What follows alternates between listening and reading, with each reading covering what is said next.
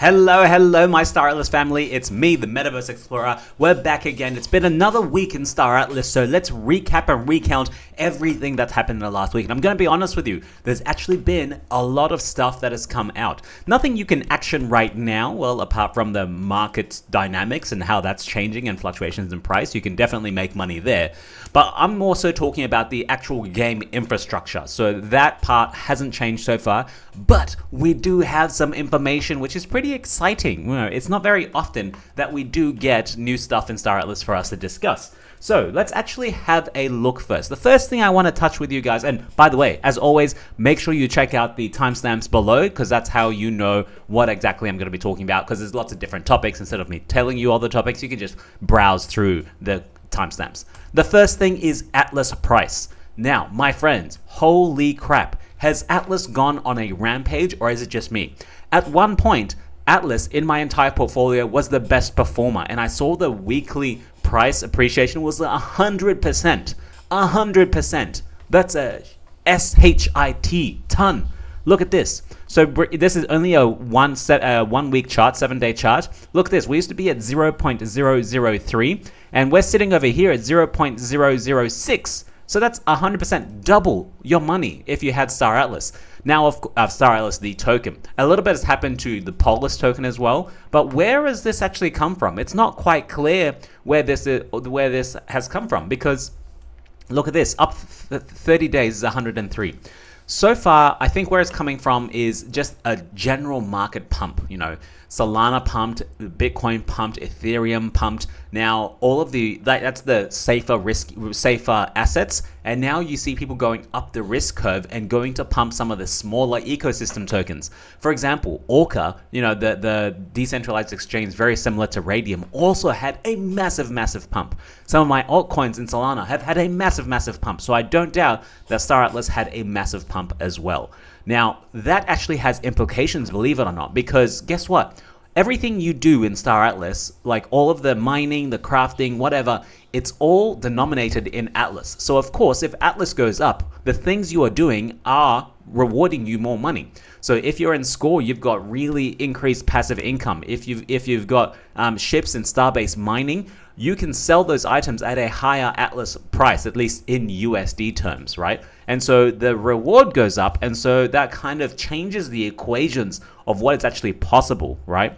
So, of course, you got to keep in mind, so for example, if you're mining and you're making 100% give or take, by the way, that reminds me, Victor was just saying, like in the AFIA team, in the AFIA huddle, that he makes around 200 to 250% ROI on scanning.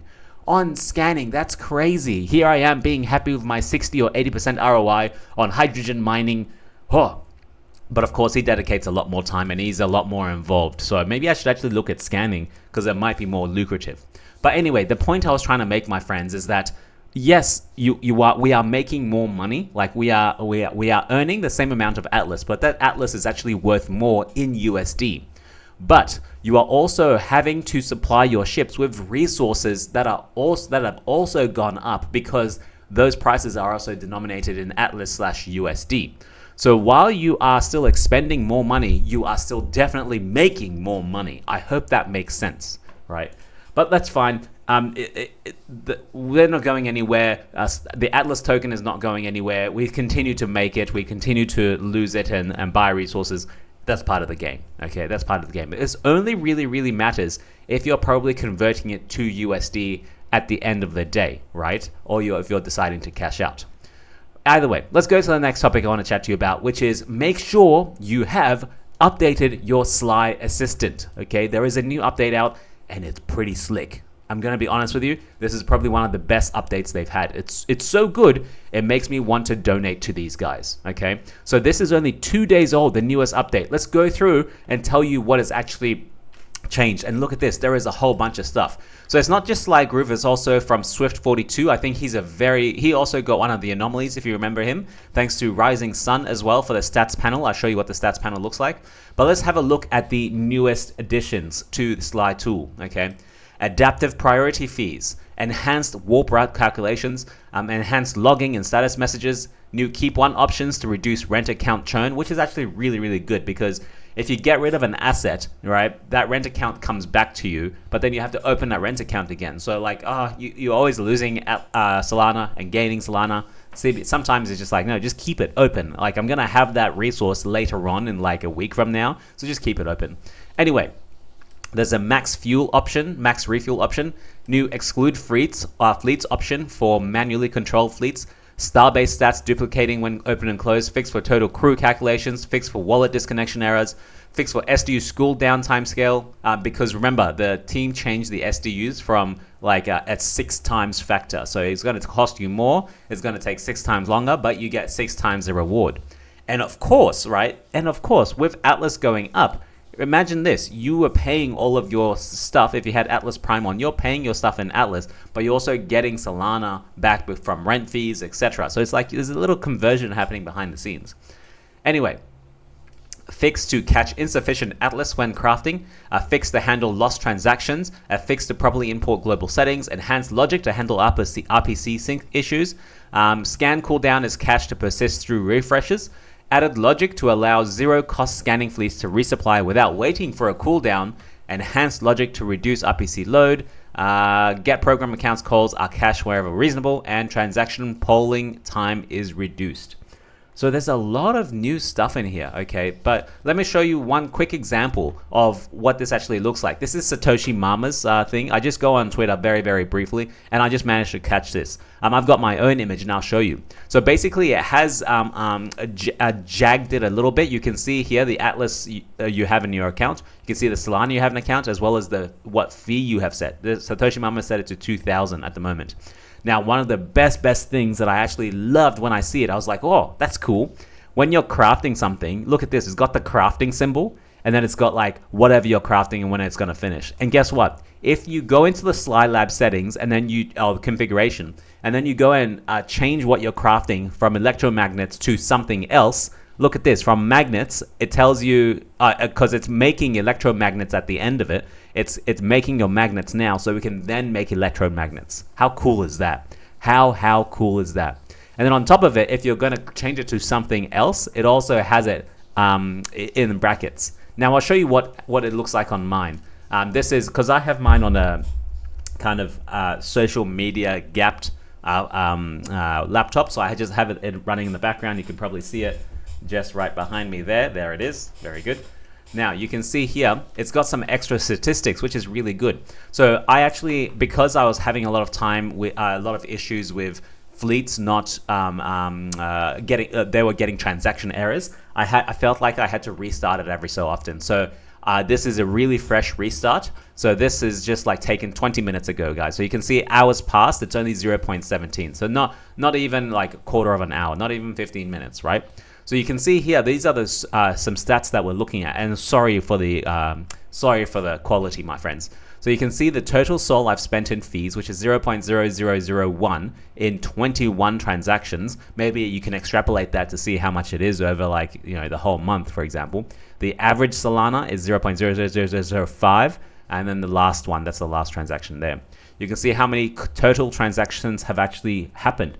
Right now, in less than, I think 15 minutes, whatever that is, I've done 21 transactions, and a lot of them were docking, unloading, loading, create an account, undocking, stop mining, start mining, stop mining. Look at that. So if you are really savvy, right, and you find out that, either you're docking or mining, or you're doing one transaction a whole lot more, like they did for the scanning, of course they reduce the scanning price, you can actually jangle your fleets to make sure that you are not doing as many scans or as many dockings or undockings as you need to. And of course that reduces your Solana transaction fees, which is a bottom line return of investment, right? You're really cutting your overheads.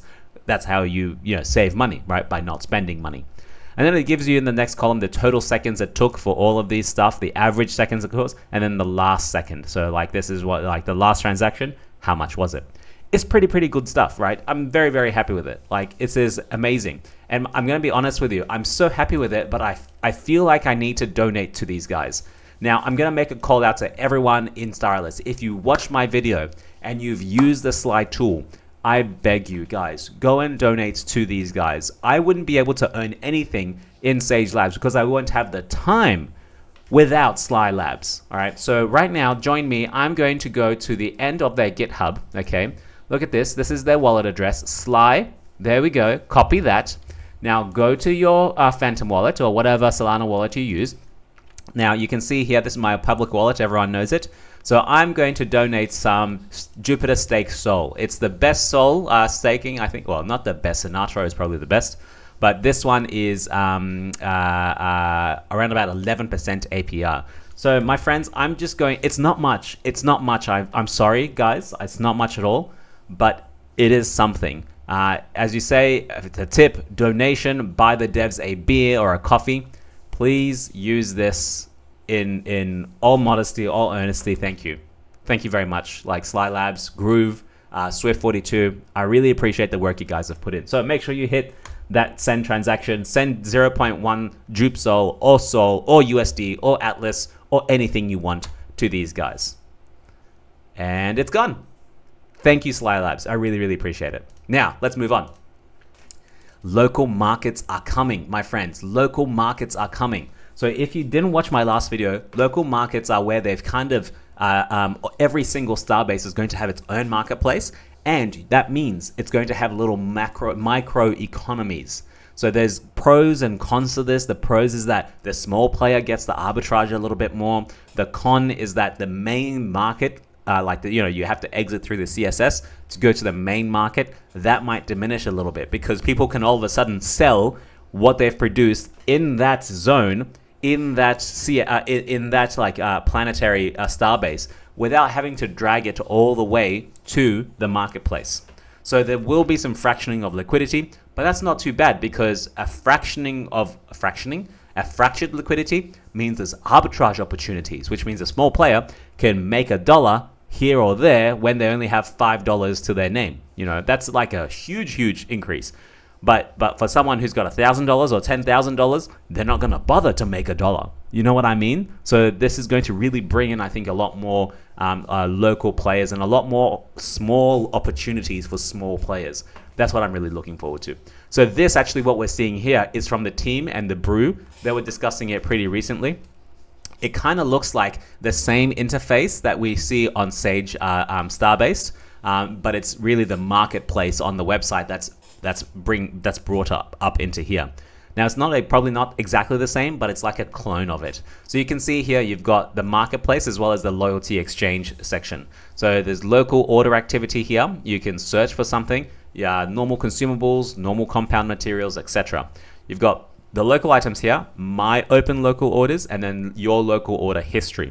Now, of course, there's going to, with any market, you're going to have buyers and you're going to have sellers. This is the selling market. So someone in Oni 2, right? Oni 2 communion, they're selling 10,000 of ammunition, as well as 10,000, that's 10 million of ammunition and 10,000 of ammunition. And then you can see the sale price here and there, 7 days ago, 5 days ago. And that's basically what it looks like. So it's like it's a marketplace, right? It's nothing new, it's nothing fresh, but the consequences of it, the significance is actually really, really huge, right? Which means like people don't have to take everything to the CSS to sell something. If you're stuck somewhere or you want to, you need only like 10 of the faction crystal to finish your craft because you miscalculated something, you can just go to the market and put a small order in and let someone fill it. Right? You don't have to send your ship all the way to the other side of the metaverse to go and get this one item or like 10 items to then come back. You can put an order in. Very powerful stuff. It will change how we play the game a little bit, but of course that also means that there's going to be more opportunity, which is what I like. Now, the next thing on top of local markets is actually the council RFRs. Now, this is actually a much, much bigger topic. I'm going to be honest with you. Now, the way they're thinking, RFRs existed before. Basically, think of it like the Council of Peace is sponsoring for you to give them supplies, right? And it's just like a sink. That's what it is, obviously, in my opinion anyway. So the council RFRs are coming back. Now, they're going to be coming back in a slightly different form. They will have different recipes. They will have different places you can craft them and different places you can redeem them. And they'll also be rotating in the locations that you're going to find them. Okay, so let's read this. First thing, it's going to be 3 recipes to start, 1 per faction. You know what that really tells me? It's going to include a faction crystal. It's going to include a faction crystal if it is 1 per faction, and there will be different recipes. Craftable at all star bases, can be sold to Council of Peace for a fixed amount of atlas at the following star bases. So I think it'll be for 2 atlas, just like the last one was. And these are the places you can sell them at the moment. So Mud, this place, this place, this place. Instead of just telling you, I should just show you on the map. Now, I didn't steal this from anywhere. This is from the economics talk that they had recently. So you can see in Oni, and there'll be 6 places that you can go. Okay, 1, 2, 3, 4, 5, 6. So for me, I'm going to be honest with you, it doesn't actually make sense for me to go all the way out here to chase this RFR, because it's going to take me a lot of resources to go there to mine all the stuff. You won't just have to collect stuff here. You have to collect it from everywhere, right? And then you have to haul it back to the CSS to go and redeem it. I'm not entirely sure on that. Why don't I just stick to only 2? Because they still give me the same amount of atlas. So I'm not sure how that's actually going to work. I'm just not sure. So let's go to Uster. You can see here 1, 2, 3, 4, 5, 6, and then let's go to Mud. The thing is, it doesn't actually matter where it is now because it will be changing. Look at this. I can't imagine anyone going from the Mud CSS going all the way to MRZ12 to go and craft something and bring it back. Now, the other consideration, my friends, is I was listening to Victor and the economics channel as well. They're not sure on what weight they want it to be, right? On what weight they want the council RFRs to be. I don't remember what the last weight was, but it can't be like 1. It can't be the same size as a hydrogen. Of course, the weight means how much you can actually fit into a cargo hold. If it's too much, it won't fit in, right? It's like particle accelerators. They're probably one of the most heaviest thing. Hydrogen, or the base consumables, the base not components, the base raw materials are probably the lowest weights, which is 1, 1, 1. So I'm thinking it'll be definitely more than 1. It has to be less than some of the biggest items. There were some discussions that it should be the sum of all of the weights of everything else. That way, it actually takes you a lot more. You have to make 2 trips with the item to actually move the same amount if it's heavier than not, which means you're using resources, you're using crew, you're spurring the economy along. That's the whole idea behind it. But let's wait and see. I have no idea. The team have the levers. I trust Chris. He seems like he really knows what he's doing, so I leave it in his hands. He makes rational decisions, I think, and a more forward-thinking decision, I think. So, my friends, that's coming. There's not a lot of information. The team are heavily behind it now. It's coming very, very soon. I promise you. I can feel it in my bones because the team are getting a bit giddy, right? Now, let's move on to the next thing.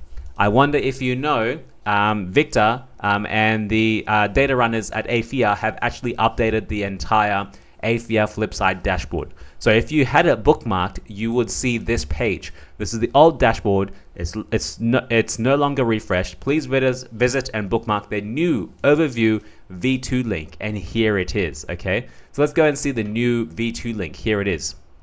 So it's got introduction, market data, crew, ships, claim stakes, DAX, Atlas, and Polis. And there's a whole bunch of new stuff in there. Let's go and have a look at the market data. We've got the token prices, of course, which we can see that Atlas has had a slight increase here to 0.006. Nothing compared to 0.001 on Friday, 15th of March. That was a good time there, right? Polis as well, same, sold price there. And then at the bottom, I think of, no, not this one. Let's go to crew. Crew is there. No, that's not what I want to see. Ships.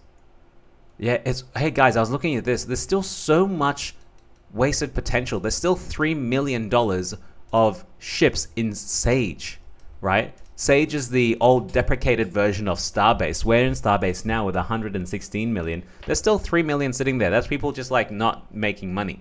And then even in Score, there's 80 million sitting there, nearly as much as how many players are in Starbase right now. Now that being said, in Score, it is a bit easier to manage. You don't have to do much at all. The Jeeves bot probably still supplies everything for you. They just buy it from the market. So it's still pretty damn good. And There's no big overhead, right? Even though they did decrease the score, it decreased their emissions. I really still think they need to deprecate score. You know, that's excuse me, that's like 2 generations of a game ago. The current generation is star based. The last generation is Sage Labs. 2 generations ago is score. The team should not be keeping something so old running. You know, cut it off, rip the band-aid off. I keep saying that. Anyway. The other thing I was going to show you here, these are all the ships in score, Sage, Starbase, etc. I don't need that right now. The next thing was claim stakes. Because the prices of Atlas has gone up, that means resources have gone up, which means the R4 has gone up. So look at this. You can see the return of investment for a claim stake. A tier 1 is up to 80%. That is a lot. That is a lot. And that's really passive as well. You just have to log on every 3 days to, take it all. And a CS claim 2 is 67, tier 3, 59. And someone, I think, bought a tier 5 for $3,000 or something. And that's nearly 100% ROI. Pure passive. You log in once a week. You claim, you sell, you claim, you sell once a week. Very, very easy. That's really good stuff there. I love it. I wish I got that one myself. There's DAX and then there's Atlas and Polis. But let's move on to the next one, which is also pretty interesting, is the gameplay analytics version 1. There's a few extra things here. So in the Sage overview, right, you can see the golden tickets, how they're going. The price of golden tickets have actually gone down because it's denominated in Atlas, which has gone up in USD. So it's probably kept the same USD price. It's just that it's expressed in a lesser amount of Atlas. So you can see a golden ticket to craft it from raw is 2.6 Atlas at the moment. But if you want to just buy all the components, it's 3.3, which is, pretty hefty. So that's like a really good return there. And I wonder what the price is on the market. So there might even be a golden ticket crafting loop for people, because we still have 5 weeks to go still. So there's still a lot, maybe even more, maybe 1 month, 2 months to go still. I'm not sure. Now, at the bottom of this, there was a new chart that Victor was talking about. It's the Sage, not the leaderboard, the Starbase net deposits. So this was very interesting. You can see what the actual inflow and outflow of specific Starbases are like. So if we have local markets, you'll be able to determine hey, is there a lot of one item leaving this Starbase? Maybe it might be good for me to start selling something there, because there'll be people that are actually taking it out of that area, and so they need it somewhere else. So that means there's an opportunity for you. On the converse side, you can see on the opposite side, right, or the bilateral side, whatever you want to say, nursing stuff. You can say that, for example, in MRZ4, there is so much more iron, or that is being deposited here, right, or being mined here, and so a lot of people are selling it. So there's an abundance of iron here. You can go to a local market and you can put really, really low orders, right, so that someone doesn't have to freight it away or craft with it. They can just sell it to you. And that actually might be more profitable than you sending your fleets there, spending fuel to go there, ammunition to start mining, so that you can just transfer that out of that Starbase, and then you can go and sell it somewhere else. So you can go and make something else with it. You see where the whole local markets is coming in? It's actually very, very powerful. And that's what this is going to help with, I think. Starbase net deposit. I still have to understand it a bit more, but I'll just have to listen to Victor a little bit more in his beautiful, beautiful voice. Now, the next thing is I wanted to touch on return of investment for your gaming in Star Atlas.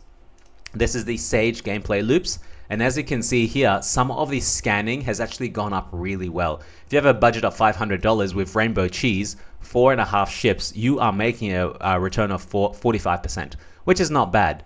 But look, I'm going to show you some of the crafting returns. This is if you were a really, really small player. Look, the ROI still, it's pretty high at 808 for titanium, right? That's a two-step process. Buy titanium, or from the market, craft it into titanium, sell the titanium, right? The exit liquidity is $56, so there's not a lot of room to play with. That means someone's making a maximum of $56 a day, but there's still opportunity for you, okay? Very, very still opportunity. Anyway, okay, I'm going to leave it there. The bottom line is that go and update your Sly Labs tool, okay? Take profits if you need to from the crazy crypto market that's happening right now. And of course, staratlas is more profitable, so make sure you are still in the same loops that you want to be, because if Victor is getting 250% with his scanning fleets, my god, like, is mining hydrogen the way to go? You can make a lot more than that, right? You can do more. So that's it, if you got time, of course. I'm very busy, so I try not to let it consume too much of my time. But Victor, hats off to you. Okay, my friends, that's it for now. That's it for this update. There will be a new update coming very, very soon. I feel it in my bones. I will cover it when it's here. Trust me, I will see you then. Bye for now.